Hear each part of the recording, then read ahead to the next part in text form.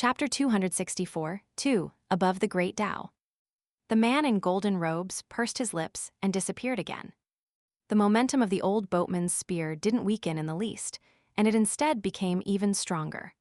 A black ripple surprisingly appeared on the tip of the spear, yet the snow-white tip didn't falter at all as it easily pierced through the water like a hot knife through butter. The shaft of the spear appeared distorted to the naked eye. A strange sight then appeared.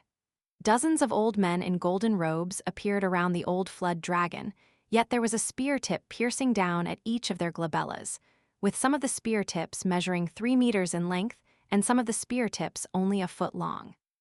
Almost all of the old men in golden robes laughed in unison, exclaiming, "You truly gave your everything to unleash this strike. It must have been very tough for a golden core tier cultivator like you." They extended a hand and grabbed the tips of the spears. There were flashes of lightning, and the entire space became snow-white.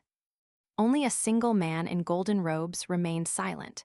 He stood directly behind the small boat that Chen Ping'an was in, and he was in just the right position to clearly see the young boy who was sitting in the shade of the osmanthus tree. He was unable to determine the level of the azure talisman paper, but he could sense that it was filled with a magnificent and righteous aura. The calligraphy brush was also a valuable item, one that even he would covet. Looking at the empty spaces on the lock-slashing talisman, it was evident that it was only 3/4 done. Even though the young boy's arm, fingers, and calligraphy brush were yet to tremble, his mind and concentration were already starting to waver. Judging from this, it was clear that drawing this talisman was still far too difficult for Chen Ping'an. The old flood dragon became increasingly curious. Even though the lock-slashing talisman was a decent-level talisman, the young boy had already managed to complete a talisman on the bamboo pole before. In other words, the problem didn't lie with the talisman itself.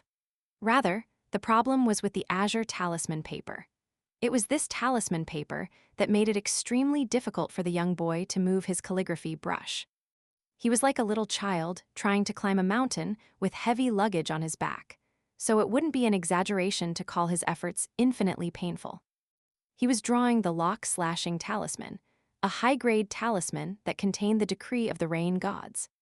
If the elderly golden flood dragon had faced this before he had become the sage of the region, he would have indeed felt some sense of apprehension. After all, there was a notion of natural suppression. Back when rain gods, river guardians, and water lords were still regarded as legitimate deities, flood dragons would all respect these beings who were akin to their superiors. Now, however, the elderly golden flood dragon thought little of the lock-slashing talisman, no matter how powerful it appeared. In fact, it felt slightly eager to see this talisman again. After all, the old flood dragon had still been young during those countless years of suppression and humiliation. Even so, what it had seen and heard was deeply ingrained in its mind. Using this opportunity, the old flood dragon wanted those old fossils in the depths of the flood dragon trench, the ones of a similar age yet were unwilling to follow him, to open their eyes and once again witness this profound talisman.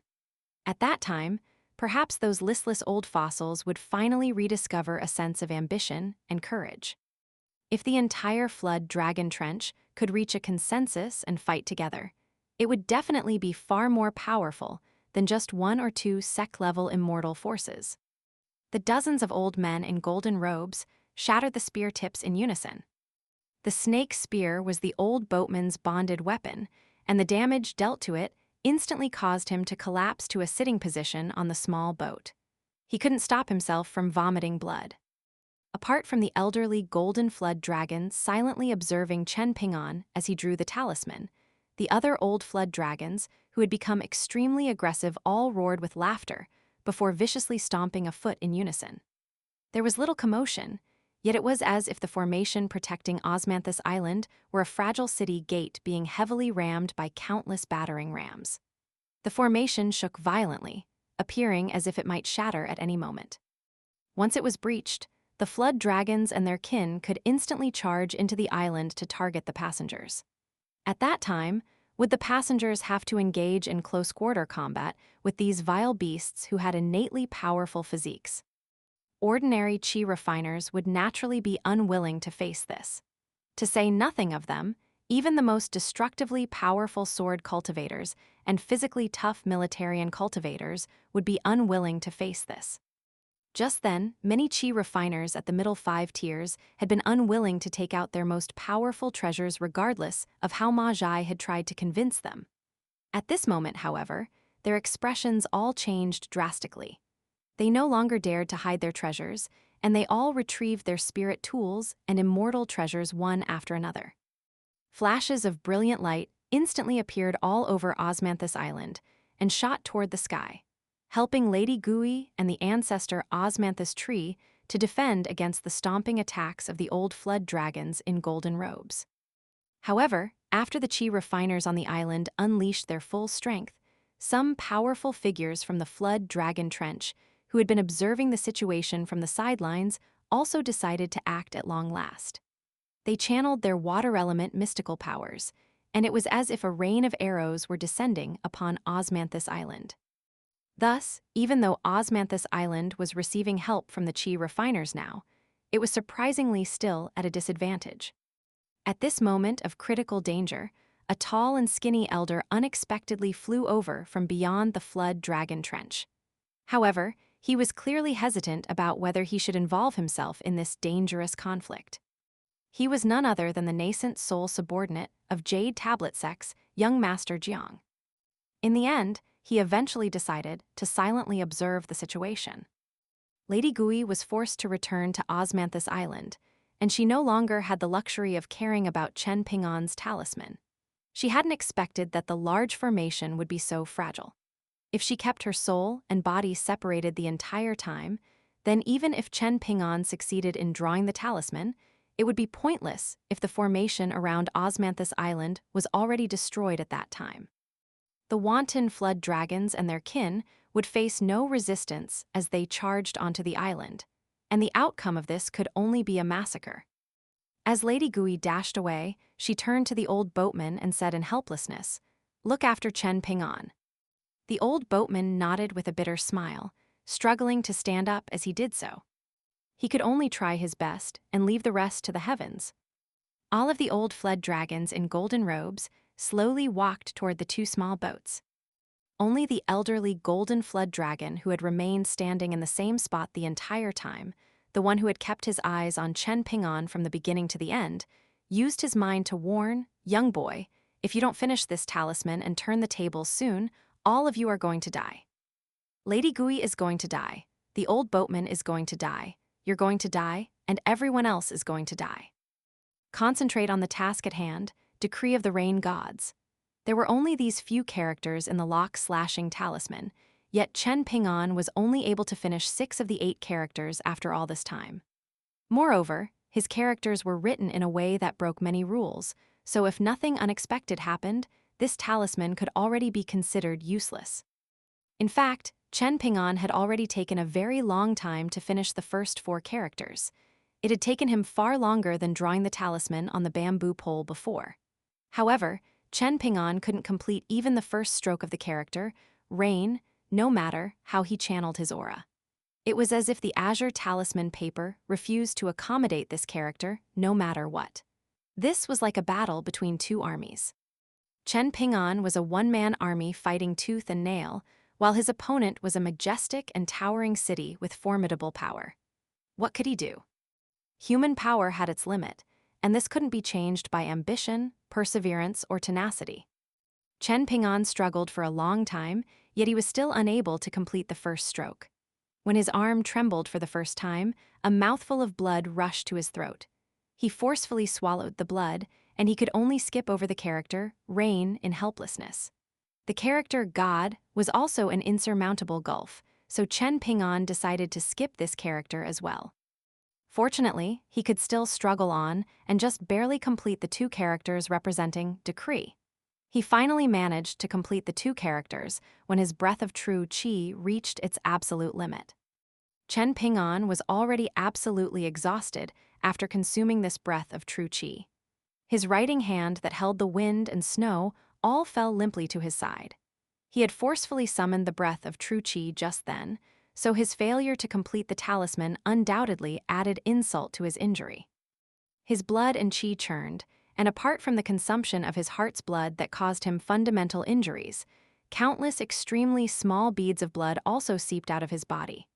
Beads of blood seeped out from his soul, acupoints, tendons, bones, flesh, and skin before reconverging in someplace else. The elderly golden flood dragon was enraged for the first time, and it furiously scolded, "Useless piece of trash. I waited for so long, yet you failed to even write the characters Rain God." The flood dragon strode forward and continued, "I'll give you another chance. Lift your brush and start writing again, write another talisman." Chen Ping'an dazedly stared at the azure talisman paper in front of him. The situation didn't become worse. However, it didn't become better either. After parting ways on the level of the Great Tao with that Taoist nun from the Divine Edict sect, Chen Ping'an's fortune, which had been very good ever since leaving Jewel's small world, seemed to be going downhill again. It was as if he had returned to the unshattered Jewel's small world again. This time, he was directly facing death. Chen Ping'an looked up and asked, "You want me to complete the lock-slashing talisman this badly? What are you trying to achieve?" The elderly golden flood dragon carefully looked the young boy up and down before nodding with a smile and replying, "I naturally want you to complete it. However, it has already become meaningless to talk about these things. You've already wasted so much of my time, so I'll turn your 3 immortal souls and 7 mortal forms into numerous candle wicks in a short time. I'll have them burn in the depths of the flood dragon trench for hundreds and hundreds of years." Chen Ping'an glanced at his left arm, his writing arm where he held the wind and snow all. He then took a deep breath and slowly lifted it up. Blood seeped not only from his left arm, but also from his face and skin. "I'll definitely complete these 2 characters before I die." There was a dark look in the elderly golden flood dragon's eyes, and it chuckled, "You're a young boy with ambition. I look forward to seeing the results. In fact, I'll go as far as to personally guard you. Don't disappoint me again." Chen Ping'an cracked a grin. He raised his right arm and crudely wiped his eyes, rubbing away the streaks of blood that were blurring his vision. After roughly seeing the blank space on the talisman where the characters Rain God belonged, he closed his eyes and silently recited in his mind, "Concentrate on the task at hand. Concentrate on the task at hand." In the next instant, Chen Ping'an started to write on the azure talisman paper. The elderly golden flood dragon sneered and remarked, "Young boy, this isn't the character Rain. Perhaps your wounds are so bad that your brain is damaged as well." Another moment later, the smile vanished from the elderly golden flood dragon's face. The talisman paper no longer radiated spiritual light. Instead, a wisp of divine light rapidly accumulated on the talisman. Chen Ping'an simply remained in the same posture. It wasn't that he didn't want to move, but it was rather that he was unable to move at this moment. This lock-slashing talisman was no longer a genuine lock-slashing talisman. This was because the characters written on it weren't "Concentrate on the task at hand, decree of the rain gods." Instead, they said, "Concentrate on the task at hand, decree of Lu Chen." Decree of Lu Chen. Meanwhile, the elderly golden flood dragon was also completely unmoving. It was also unable to move.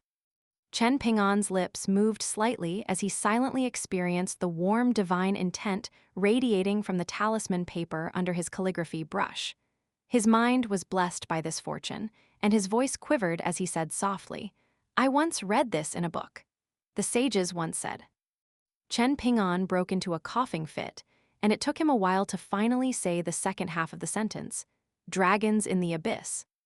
These 8 spoken characters appeared to be no inferior to the 8 written characters on the talisman paper.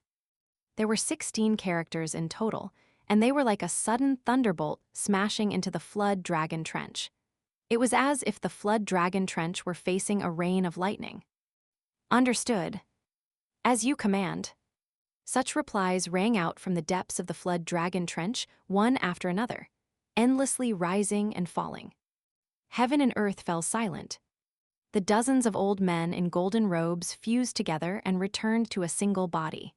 His head was lowered, and his fist was cupped in a respectful salute.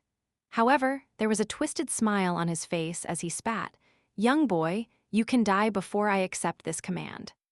Above the flood dragon trench, a golden sword ray that was as wide as a mountain peak descended from the sky.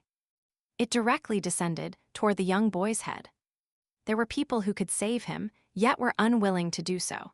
For example, the old woman at the nascent soul tier standing beside the young boy in bamboo clothes. There were people who wanted to save him, yet had no option but to shrink back for the sake of the Fan clan's future. For example, Lady Gui. There were those who were absolutely helpless, yet it was precisely they who were willing to sacrifice themselves to save the young boy. For example, the old boatman sitting nearby. However, there were even more people watching on as if this were nothing more than a show. The situation was already settled, so what did they still need to worry about? At this moment, it was as if Chen Ping'an had seen through all worldly emotions and affairs. However, there was neither sadness nor joy on his face. A pair of seals slid out from his sleeve. The mountain and water seals hovered above his head. After the golden sword ray shattered and dissipated, only the water seal still remained above his head. The mountain seal was no more. Above the great dowse, a single person walked forward.